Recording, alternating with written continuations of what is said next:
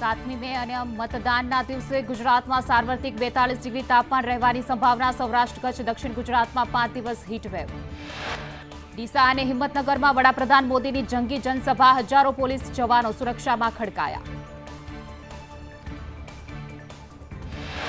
રૂપિયા લઈ લેજો, પાછા લેવા આવે તો લીમડે બાંધી મારજો। કોંગ્રેસ નેતા જગદીશ ઠાકોરની ભાજપના નેતાઓને મારવાની મતદારોને સલાહ। બનાસકાંઠા અને ખેડા બેઠક પર ચૂંટણીમાં ગરબડી થવાની કોંગ્રેસે શંકા વ્યક્ત કરી। ભાજપે કહ્યું કે કોંગ્રેસને હારનો ડર છે એટલે ગતકડા કરે છે।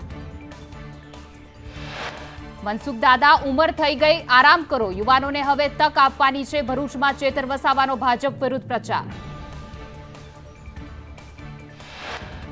વડોદરા ભાજપ ધારાસભ્ય યોગેશ પટેલ કાર્યક્રમમાં કાર્યકરોને ચા નાસ્તાના બહાને યોગેશ પટેલ અકળાયા। પાર્ટી પાસે પૈસા ના હોય તો ધારાસભ્ય પૈસા આપશે।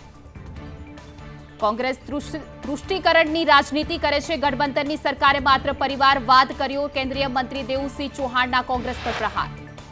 આ ચૂંટણી જ્ઞાતિવાદ વર્સિસ રાષ્ટ્રવાદની છે। મતની અપીલ માટે પીએમ આવી રહ્યા છે। ડીસાના ધારાસભ્ય પ્રવીણ માળીનું નિવેદન।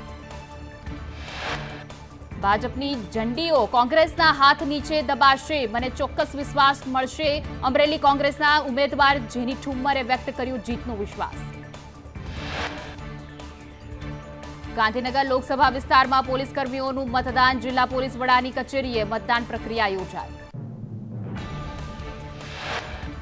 જુનિયર ક્લાર્કની પરીક્ષાની નવી તારીખ જાહેર। 11, 13, 14, 16 અને 17 મેના રોજ પરીક્ષા લેવાશે। નવી પરીક્ષાના કાર્યક્રમમાં 8 મેથી ડાઉનલોડ કરી શકાશે।